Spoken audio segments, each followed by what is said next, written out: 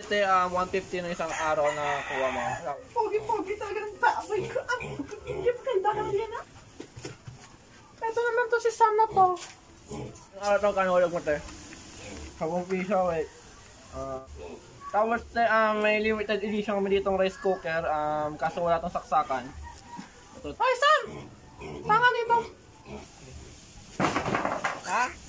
Alam mo Sam, imbes na naningingin ka dyan ng utang, pumasok ka sa bahay ni Kuya. Mayaman si Kuya, madaming utangin sa'yo yun. Oo, promise. Sigurado ka ba? Masisingil ko ba yan si Kuya? Oo, madaming pera yung si Kuya. Sige, mapag-audition niyan kay Kuya. Ako ligo muna kasi baka kala nila dala ko bomba dito. Ako papogi muna ha. Balik lang ako dyan. Sige, bye-bye. Ay, ang pogi! Sige, ayoko dyan. Sige. Ako tapos na ligo. Ako video mo na Inday. Ano ba yun? Baba mo yung rice cooker. Ay, rice cooker. Sige po. Saka yung bag mo, baba mo. Pati yung bag. Ito pera ko eh. Sige. Pogi.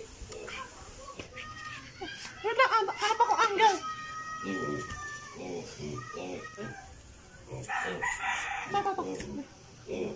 Gusto ko sumali sa TVD para makita yung sarili ko sa TV. Ano may ayusin mo?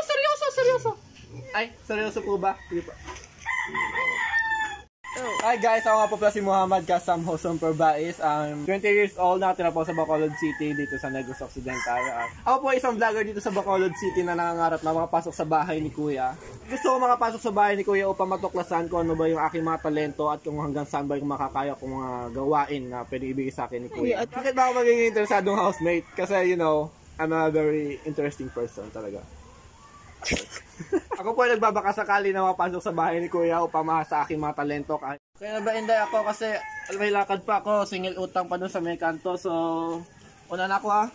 Bye-bye. Benta ko pa tong... Ano ba yan? Bye-bye. Sige, okay na to.